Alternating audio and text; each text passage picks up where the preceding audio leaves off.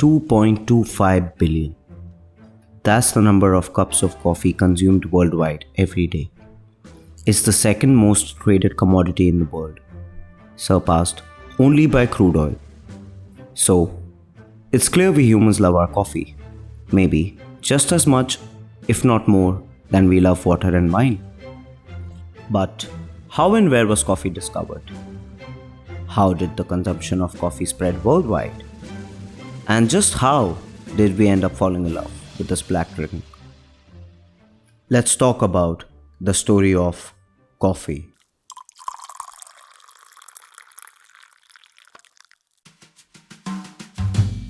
Although there are many legends about the origin of coffee, no one exactly knows how or when coffee was exactly discovered. According to one legend, coffee grown all over the world today can trace its long history back to the ancient coffee forests in the Ethiopian plateau. According to the legend, Kaldi, a goat breeder, was the first to find out about the potential of coffee when his goats had berries from a mysterious tree and refused to sleep all night. Kaldi shared his findings about these coffee berries with the abbot of a local monastery.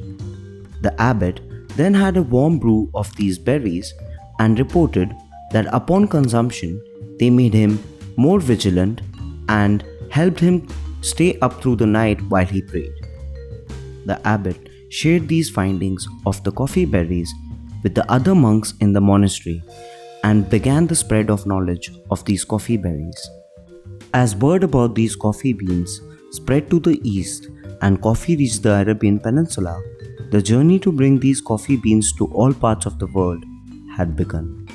Soon, people from the Arabian Peninsula began cultivating and trading coffee.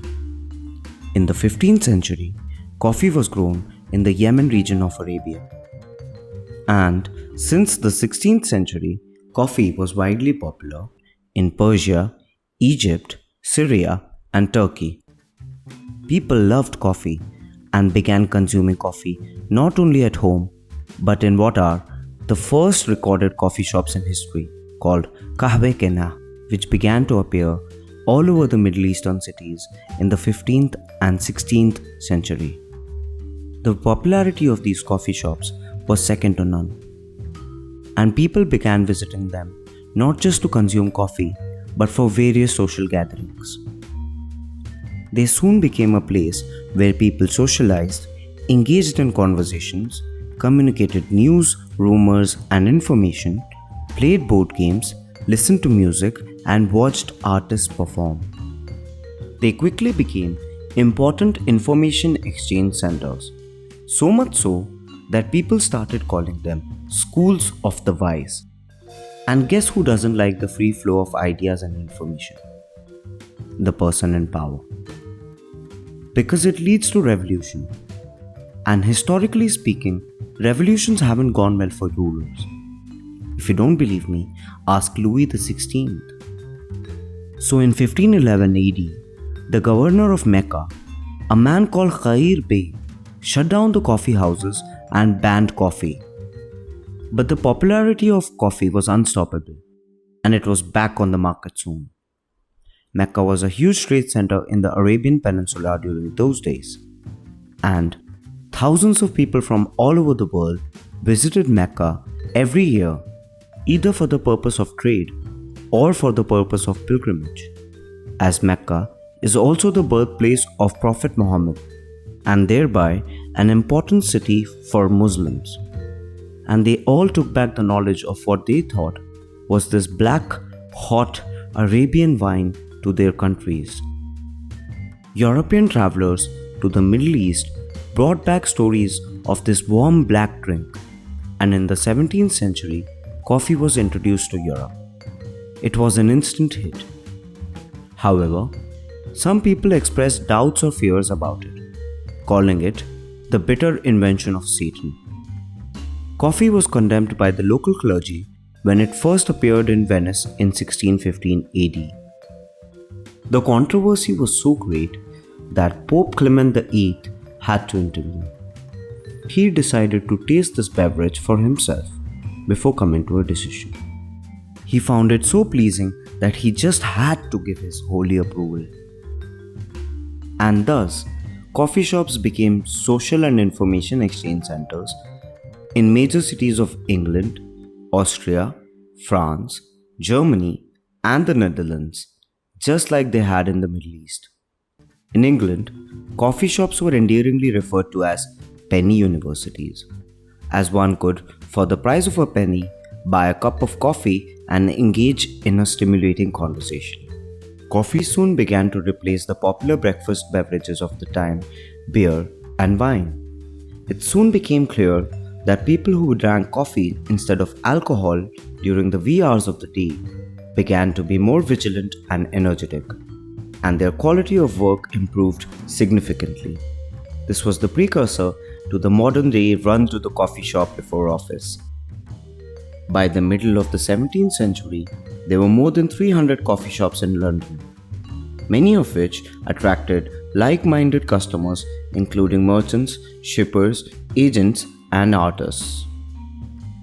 In the mid-17th century, coffee was brought to America by the British to a place called New Amsterdam, which is modern-day Manhattan. Although coffee shops began appearing all over America, it was not until 1773 that settlers protested the high tea tax imposed by King George II. By this point, tea was still the beverage of choice in America. This rebellion, known today as Boston Tea Party, would forever change America and its coffee preferences, and make it a much more popular beverage. Thomas Jefferson was even quoted as saying, quote, "Coffee is the favorite drink of the civilized world," unquote. By this point, coffee plantations started popping up all around the world. And as the demand for the beverage continued to grow, the competition for growing coffee outside of Arabia was fierce. The Dutch were the first to plant coffee outside of the Middle East in the second half of the 17th century. Their initial attempts at planting coffee in India failed, whereas the efforts made on the island of Java in Indonesia paid off. The plants flourished, and soon the Dutch coffee trade continued to grow, and they expanded the planting of coffee trees to Sumatra and the Celebes Islands. In 1714, the mayor of Amsterdam presented a young coffee tree to the French king Louis XIV. The king ordered it to be planted in the Royal Botanic Garden in Paris. In 1723, Gabriel de Clew, a young naval officer, obtained a seedling from the king's garden and, in spite of an arduous journey, under bad weather conditions and pirate attacks, managed to transport the seedling safely to Martinique. Once planted, the seedling not only blossomed but also spread 18 million coffee trees to Martinique over the next 50 years. What is even more incredible is that this seedling is the parent plant of all coffee trees in the Caribbean, South and Central America. The famed Brazilian coffee owes its existence to Francisco de Melio Paleta, who was sent by the Portuguese to French Guiana to get coffee seedlings.